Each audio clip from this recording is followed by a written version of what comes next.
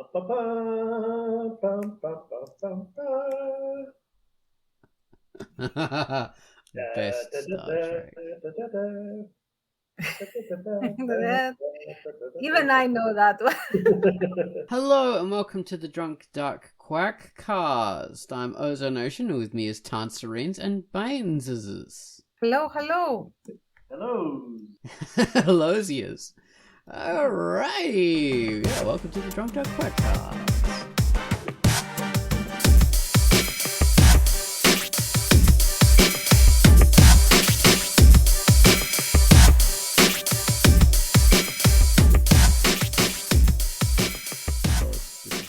Podcast, and today we're talking about Star Trek, which is a fantastic world, I suppose, or a bunch of franchises and an IP. Really, I suppose that's what you really call it, wouldn't you? It's a creative world that's made a lot of money for many studios and many actors and many special effects people over the years, and it's been very culturally influential. But it's also it's a major piece of pop culture coming from America, where a lot of English-speaking pop culture comes from. But it's got a lot of fans over the years, and it's I don't know. People say it influences technology in various ways. We can talk about that, but yeah, it's a big part of the world. So yeah, we're talking about how it's been influential and different aspects of it, aren't we, guys? Exactly. Yes. All right. So before we get into that, we have to bring up the featured comic, which has nothing to do with Star Trek. The featured comic this week was a feature that I came up with. Yes, it was me. It wasn't Kawaii. I had to do it. It was called Infamous Delinquent Kazuki. Oh, sorry. First Boyfriend. Infamous Delinquent Kazuki. So I'm going to tell you about that very longly titled comic now. Hello, I'm Ozone Ocean, and my feature for the week was First Boyfriend. Infamous Delinquent Kazuki. Poor young Sam is having a very rough time at his new school. He just doesn't fit in no matter how hard he tries. He's a target for bullying, and he's definitely not enjoying himself. That is, until he makes an unlikely new friend, and finally things start to look up. This is an interesting tale of high school drama, bullying, burgeoning friendship, the inklings of a crush, and growing up. The art is stylized, honed, and slick. The comic is in a vertical format and more in the form of an illustrated book rather than a traditional comic. So more like a picture book kind of thing. Just because the way the speech bubbles are sort of, they don't have a bubble around them. It's just lines of text. And there's a bit of story description related to that same text. So it doesn't show, it sort of tells you a bit. But it still sort of flows along well, and it works as an illustrated book. Anyway, so I hope you enjoy First Boyfriend, Infamous Delinquent Kazuki, which is a comic by John Crowworks, rated M. Read it. And that was the featured comic. I hope you all enjoyed that. Alright, so next up we have the featured music. Gummels has given us a theme to a comic called Spook Control. So this starts off creepy, then bursts into high-speed, action-oriented racing sounds, setting your pulse aflame and dangerously fast, full-on electronica. So take it away, Gummels, with your theme to Spook Control.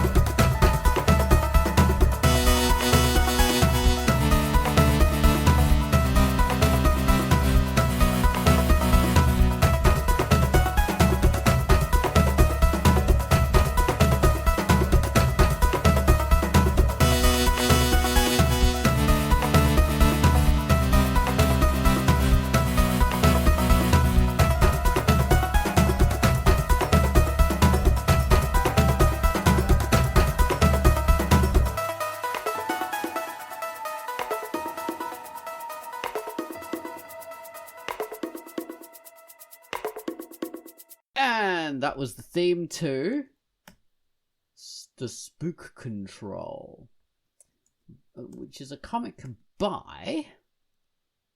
Oh, who's it by? It's by MSK314.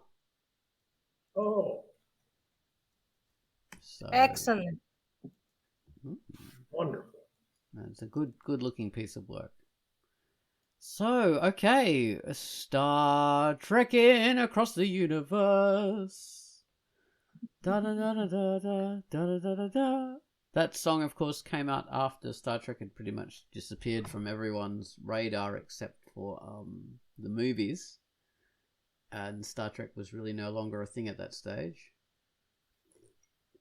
I don't recognize that song. Oh, it's a silly kind of parody song from the early 80s. Oh, okay. Oh, wow. It's very, very, very silly parody. It So- sort of it begins with someone imitating Captain Kirk saying, "We come in peace, shoot to kill. We come in peace, shoot to kill," which is so American. I loved it. So yes, that's the best version of Star Trek that exists. But yeah, so Star Trek's been very culturally influential, for a number of reasons. But so this was a version of sci-fi that is quite unusual in today's world, and even in the world of sci-fi in general, because it portrays a sci-fi world that is not a dystopia. Oh my god! Right. Look at any sci-fi, and try and find the versions that are not dystopias, and you'll be able to count them on your hand, because writers are, how do I say this? They tend to follow the pack, and sci-fi dystopia is like what people do. And Star Trek is not that. It's sort of a utopia, but it's not entirely utopia, because, you know, things go wrong in this world. But it portrays a hopeful version of the future, which is very, very, very rare. It's a huge culturally influential thing because it has given us a positive version of the future, which is totally bizarre in the world in general. Just we don't have it for a whole number of reasons. But one of the main ones is because writers just follow each other's lead. And yeah, so Roddenberry created this world back in the 1960s. As, I don't know, like an idea of a utopia, and it's sort of set around a military background in that, and you have to wonder about that. So why a military kind of a thing? Why would that be the main focus? And you think about like America at the end of the Second World War, and this was sort of when Vietnam was starting, and North Korea, all this, well, because of the Korean War, all this kind of stuff would have happened with America. But America didn't see it as itself as an imperial power. It sort of saw itself as a positive sort of thing, bring peace, bring freedom to the world. So maybe Roddenberry had that kind of idea. And yeah, and this whole thing, it's so Star Trek was a bunch of people on a spaceship sort of exploring the world. America was kind of very much involved in the space race, so that was a sort of an influence that was happening exactly the same time as Star Trek was created. So there was that kind of like hopeful positivism, sort of taking you away from that negative like oppression of the Cold War, which is like hugely detrimental. And we did have that reflected in that early Star Trek with the Klingons, who are basically the Russians. Sort of dressed up like this idea of a fantasy Mongols. That's who they looked like and what their culture is really based around back then. And yeah, which was totally weird. So the bad guys are aliens, and the only difference is they wear moustaches. That was their thing. And color and chainmail bandoliers. Yeah, so he gave us this positive world with people on a ship, with that kind of a structure to their military, hierarchy is set up. They're on a ship, so they have various people manning different stations. You have someone in the engineering section, you have someone on weapons, all this kind of stuff. Like you have an American warship or a submarine or something like that. Mhm. So that's the very specific setup. Sorry, Thomas? As a complete novice in this whole thing, because I am the one that knows the least about Star Trek. The only thing I have seen through and through is Lower Decks.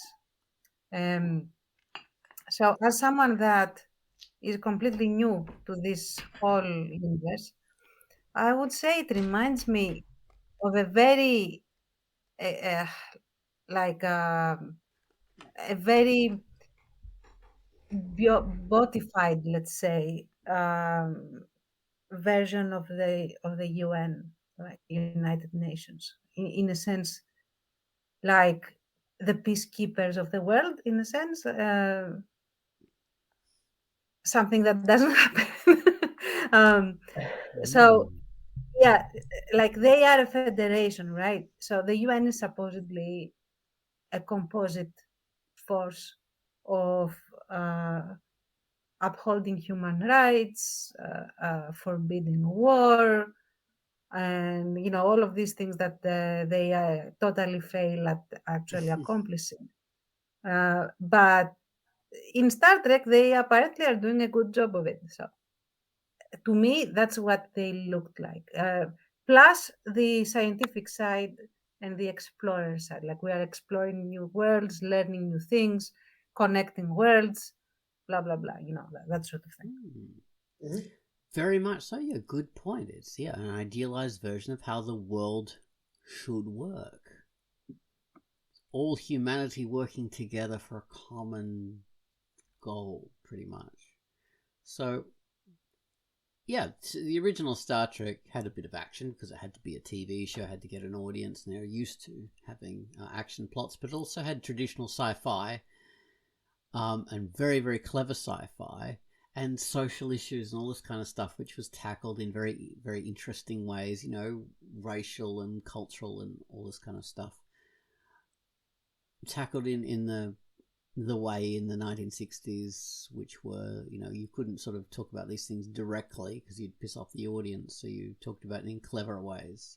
Say the black-white people hate the white-black people because they're not coloured in the right way. So yeah, it was quite interesting. So then that gave way to when that was cancelled after 3 seasons, then you got the animated version in the 70s, then the movie in the late 70s, early 80s. Baines talked about this in the our Patreon video. So that was after, Star Wars became popular. They recognized they have a valuable IP to sell, so they gave us movies. They gave us a terrible movie.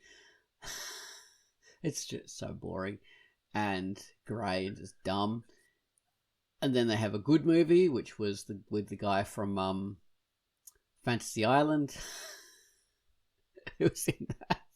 Showing his amazing chest and his 1980s mullet hair, the heavy metal style from the 80s. It was fantastic. Glorious. That was just... Apparently that was his real chest. You look at that movie and you think, oh my god, he's wearing a fake chest. Obvious fake chest. But apparently that was his real pectoral muscles. Honestly. Yes, it's all real. He was actually that muscular. Wow. I'm impressed. Honestly, I'm impressed. That's incredible. Yeah, so that was genius. That Star Trek: The Wrath of Khan. Just amazing. That gave us so many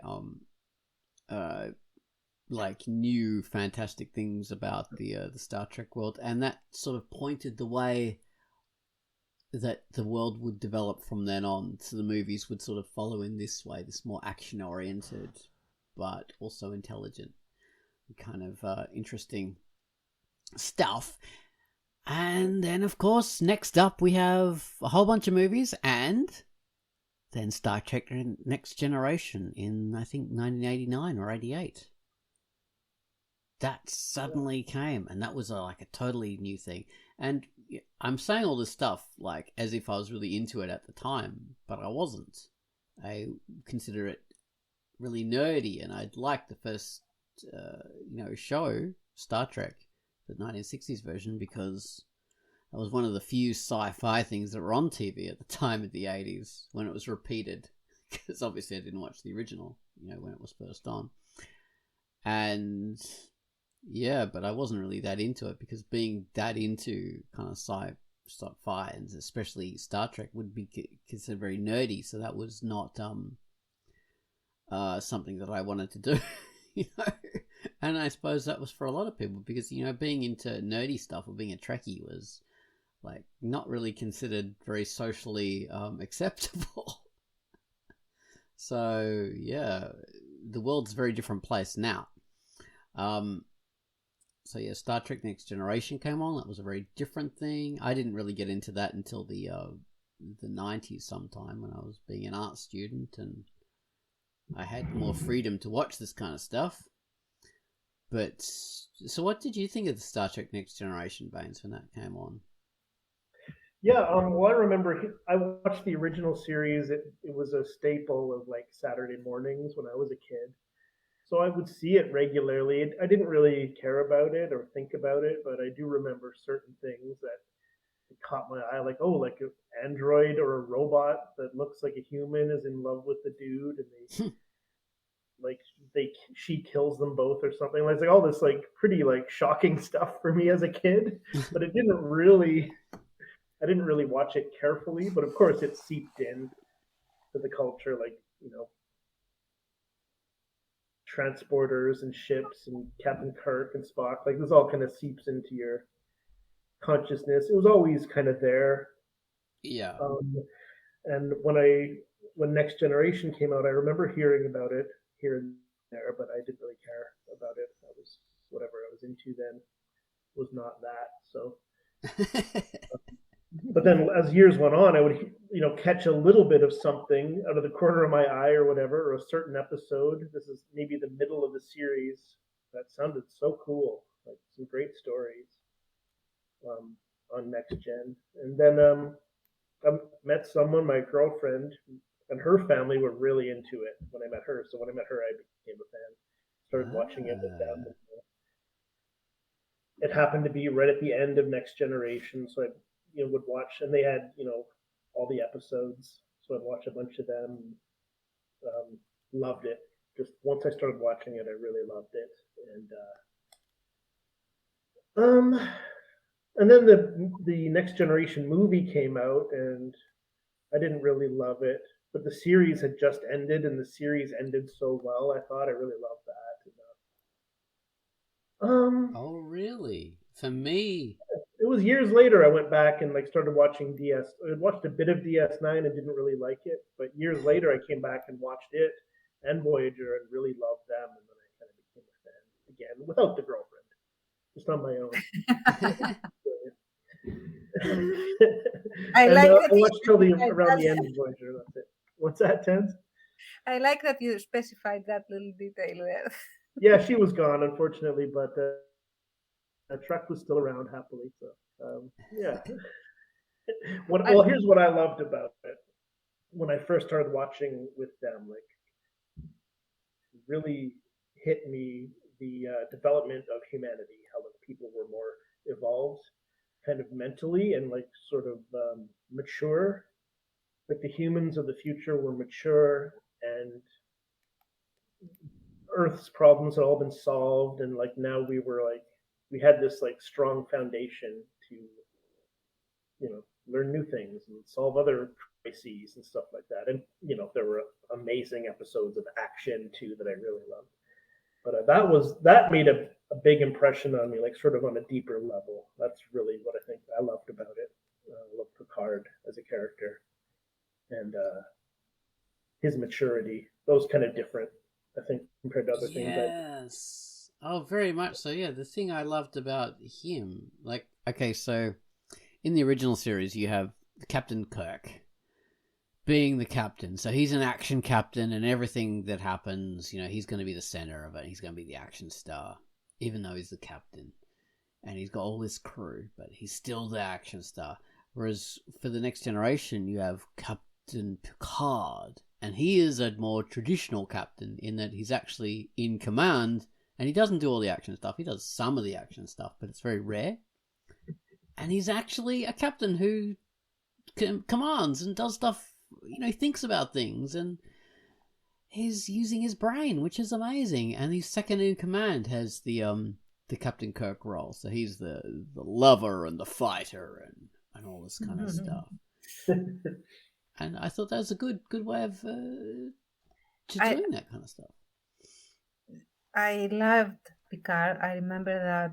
I mean, I had this phase as a teenager where somehow there were like sides, and if you liked Star Wars, you couldn't like Star Trek, and vice versa. And I totally bought into that for some reason. I have no idea. I have no idea why, what I was thinking, whatever.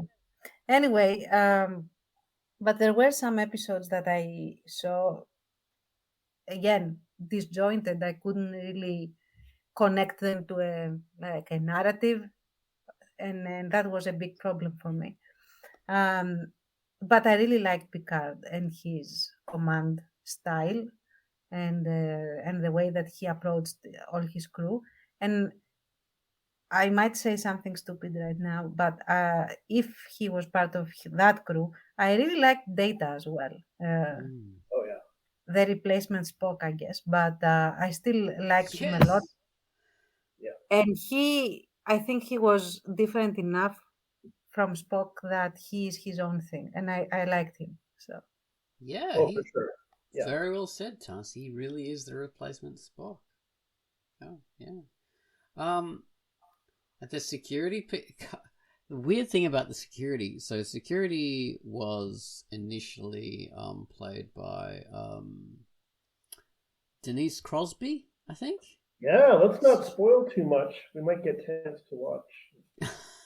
If we're lucky, you should watch this stuff. Maybe it doesn't matter. Well, this is a good spoiler, right? Okay, so Denise Crosby was the security, so she's in charge of like all the muscle and the shooting of the bad guys and all that kind of stuff, protecting. So she was like a very slight woman, a good looking woman with a short blonde haircut, and they'd obviously done that because they wanted to make the show more egalitarian. So this was at the end of the 80s, start of the 90s. They wanted to. So, but our person with a gun doesn't have to be a big, strong man. It can be, a woman. And, she can be, like, just in control of this as any man can. So they're already, doing that kind of thing, thinking ahead. But, and this Denise Crosby, like, as an aside, she was, like, the daughter of Bing Crosby, the big movie star from the 40s, and singer and all that kind of stuff. But she was terrible. She was really freaking awful.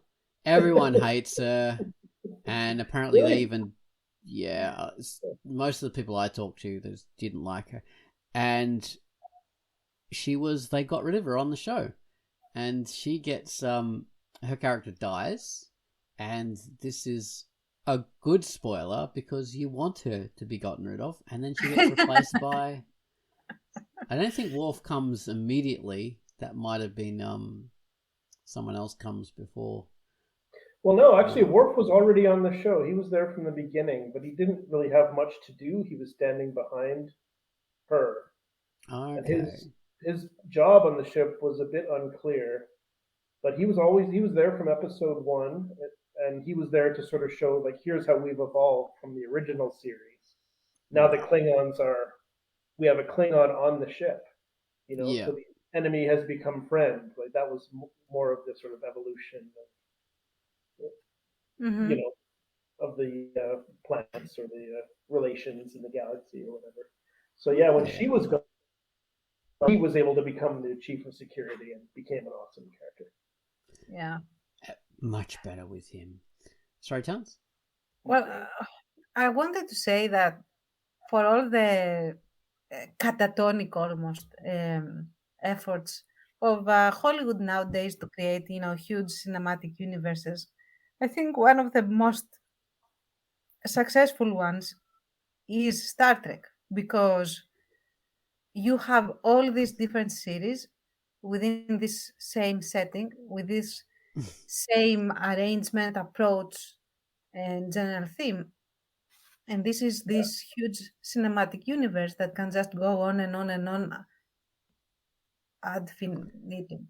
Well, So, yeah, they have had ups and downs. Like, so in yeah, the 90s, it was like boom time. So they had the Next Generation, and suddenly they had this Deep Space Nine. So this was a space station, didn't go anywhere, and adventure came to it instead of them going to explore new universes. New universes came to them. Whatever. So that was interesting, Deep Space Nine, and that went its own way. And then we had Voyager, where you have them flung into some, I don't know, they were just like lost in space pretty much, and had to find their way home. But and then there was the huge what do we call it, like apocalypse, where all the Star Treks got cancelled pretty much very quickly to close together. First Star Trek Next Generation, they got cancelled. And they had to wrap it up quickly with that Q episode. That was a real shock to them. Yeah, that they wrote that very quickly to tie it all up together. That wasn't a planned end. And then Deep Space Nine and Voyager, in short order, they were all like cut and dead. I think I would. I don't know really for sure, but I would quibble with that characterization. I don't think any of those shows were canceled per se. I think Next Gen, maybe the actors were ready to go and the actors were getting expensive, and they were kind of like, well, let's move into movies. We'll let these people go. And starting DS9. I think all three Next Gen, DS9, Voyager had their 7-year run. I don't think any of them were canceled. Star Trek Enterprise was canceled. I would dispute that, with the Star Trek Next Generation, because that was, I remember at the time, it was a surprise to them. I mean, but, they went we can look it up. Movie, the movie came out like two hours after the last show or something. Not that fast. Yeah. Like literally, it's like quite quick. The movie was like the same year it came out. It wasn't very good. It was the Generations one. I'm not saying that. I'm just saying that.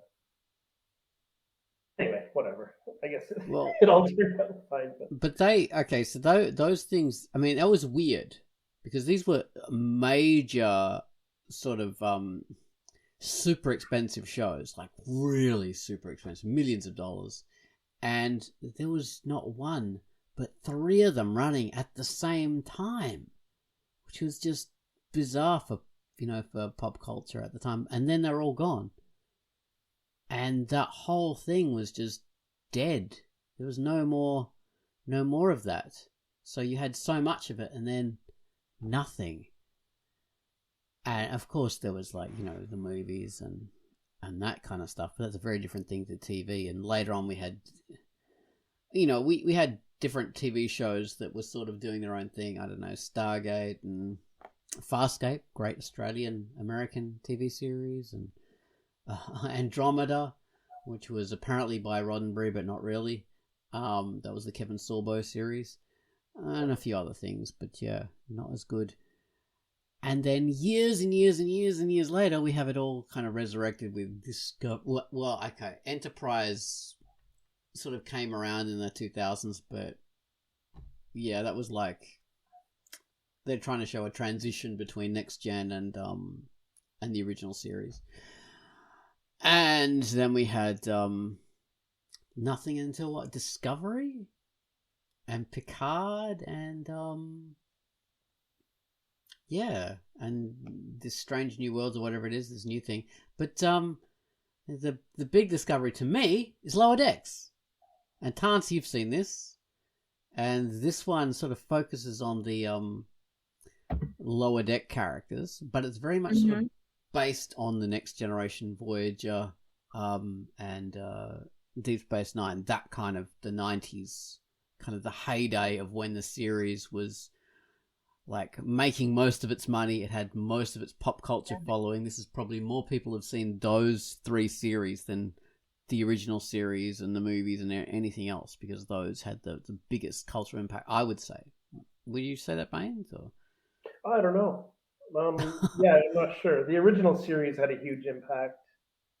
I mean, you got to give it to the '90s Trek. They had so, like you said, they had so much stuff on TV and in theaters at the same time. Like incredible. So, and then a lot of imitators around them, like you mentioned, or Yeah. imitators or concurrent things that were kind of Star Trek ish, like the Babylon 5, and then all these other shows.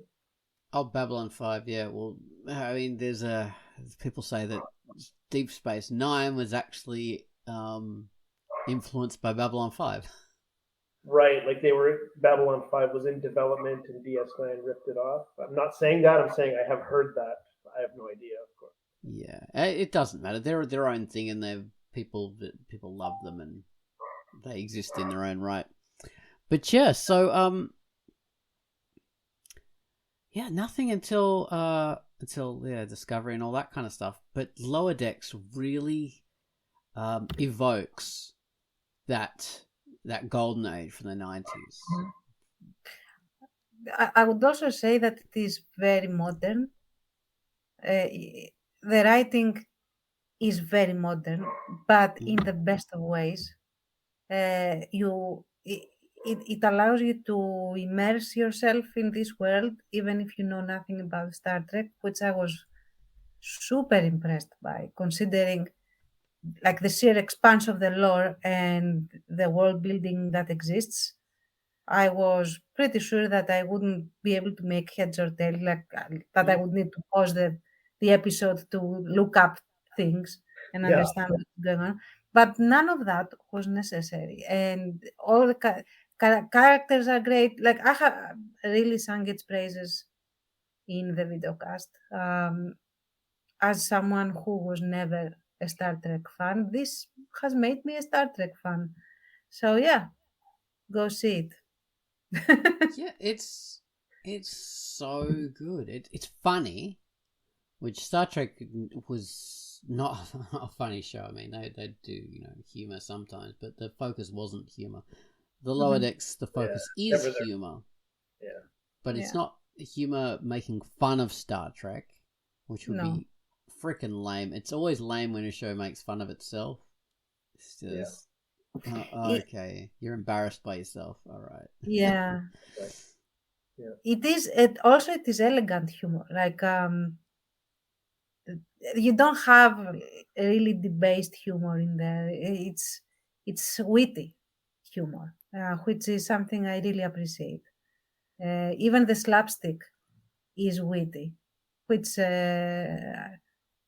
rare. Like I feel like this series is like a lightning in a bottle. I'm not sure if anyone can do it again. That's how good it is. wow, Um, all right. yeah, for Yeah. me, Baines. I hope I don't ruin it for you. Well, But I got it made me excited, even though I do know the '90s Star Trek pretty well. Like you saying that it doesn't matter, like to you who didn't know all these references, that it still works is really cool. That's um that's really neat. I'm more interested to watch it, and I have a feeling I'll like it, but I yeah. won't blame you if I don't. It's clever and it's fun. It's so enjoyable. It takes its influence from the 90s Star Trek stuff, and it updates it to modern cultural ideas, but it's not clunky, and it's not like, oh, you're making it all politically correct. Oh, it just fits. Mm-hmm. So stuff about sexuality and gender and you know being uh not sexist or anything like that. Yeah. It all fits. It does a great job of world building, and in the sense of what having established norms that are not our norms. So Mm. it really works. You believe that these are the norms of this society because nobody bats an eyelid, and not just the characters. The script doesn't bat an eyelid. The writer doesn't bat an eyelid at things that are not our society's norms. at all. All right. So Yeah. I really appreciate that. That is super rare to see anything. Mm. Yeah, very much so. High praise for the series. It's fun, it's funny, it's clever. It tackles some serious ideas, but Mhm. not as many as obviously the series was, because that was very much more serious. And It now, focuses. I'd say it focuses more on characterization than anything else. yeah, for sure. And I would say that this is a prime example of how good, good writing makes or breaks even the best of world building and even the most detailed of world building. Like the setting could be perfect, but if you don't write well in it, it will still fall apart and collapse on itself. And the setting could have gaps, and everything may not make complete sense. But if the writing is really good, um, a lot can be forgiven. And I think that Mm, this proves it. Yeah, like Star Trek proves this as a whole.